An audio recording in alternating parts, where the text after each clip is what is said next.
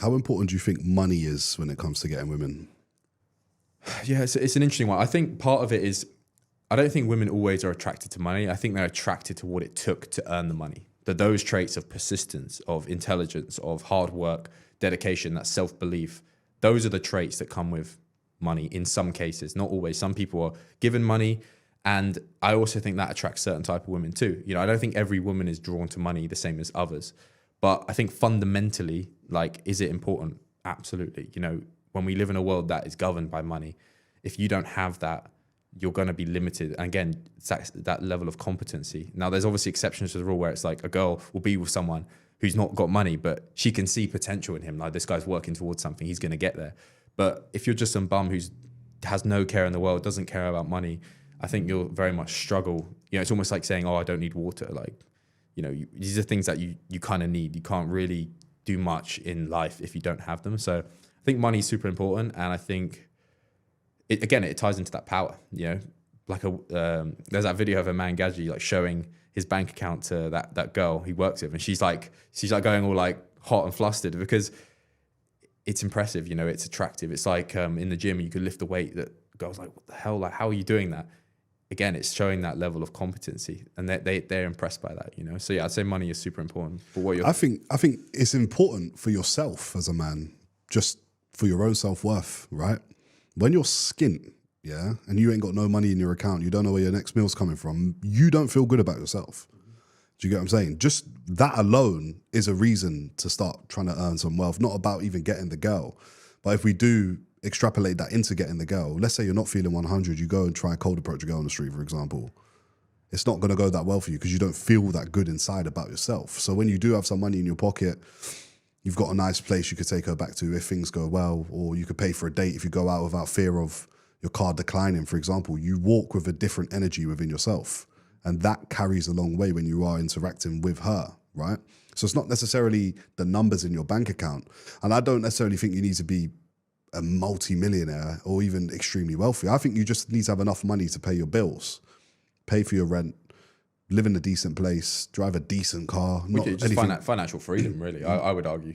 Yeah, but like, let's say even if you're working a 9 to 5, but you could pay for a nice dinner and have a decent lifestyle, you've got enough money to get women. You don't need to be a multi-millionaire if it's just about attracting women and things like that. Yeah, I definitely agree with that. Yeah, that's what I would say on that. I also think it's how you make your money too, because one thing I've experienced is having like my own business and making my money. It feels so different to getting paid by someone else. Yeah, and I can see that. There's a certain frequency that you embody when you're doing something you're actually passionate about, that's actually helping people, and you're getting financially compensated, and also just having the freedom attached to it too.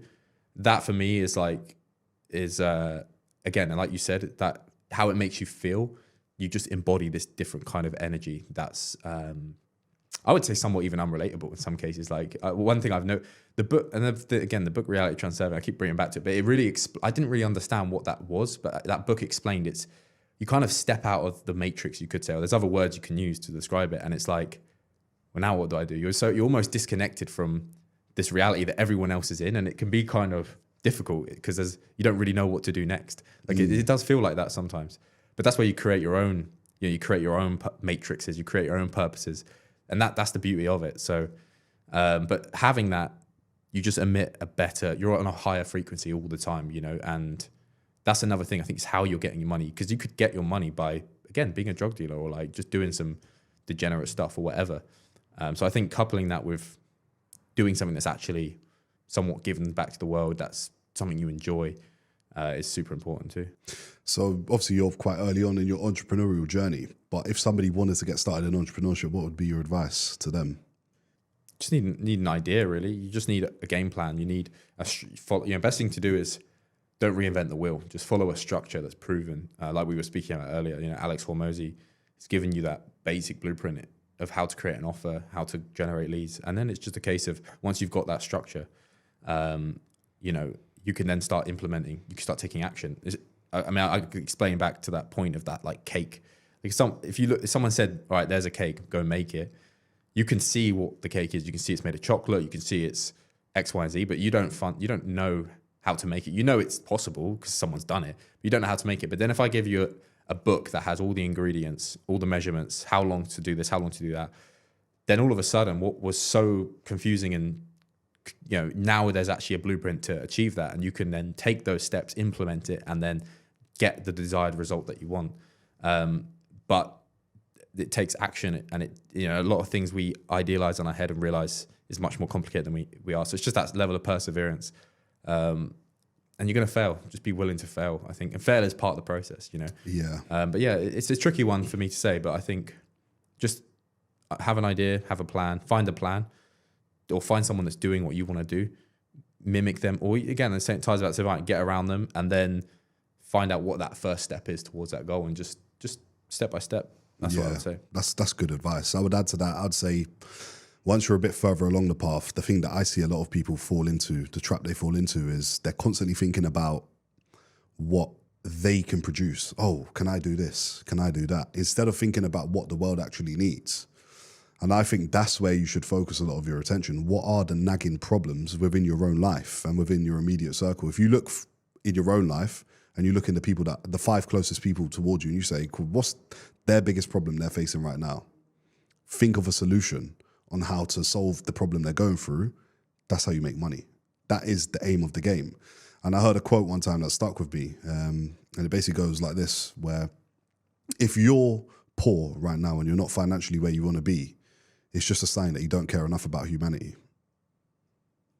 And I agree with that, because money comes from solving other people's problems. Whether that's you're working a 9 to 5, you're working within a business that's created a structure to solve problems, or whether you're an entrepreneur, you are the one going out there finding solutions and solving problems. And entrepreneurship is essentially a game of figuring out problems that need solving within the world and going around solving them for other people. You've taken your time to solve a problem for somebody else, and you're getting compensated for that. But I think a lot of people approach entrepreneurship with a very narcissistic view of what they can do and what they can get out of it, as opposed to what they can give other people. And that's obviously one of the things mentioned in the $100 million offers, is essentially he says, you need to create a grand slam offer, which is something that is a no-brainer. Somebody needs to pull their card out and pay you because there's so much value packed within it. So I'd say that's definitely something